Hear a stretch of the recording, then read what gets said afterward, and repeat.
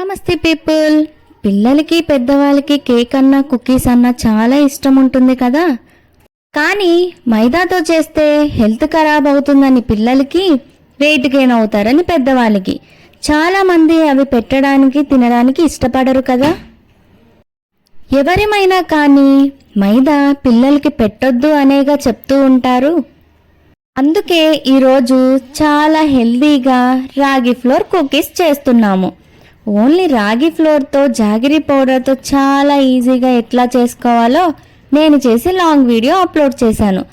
చూసి మీరు కూడా చేసేయండి.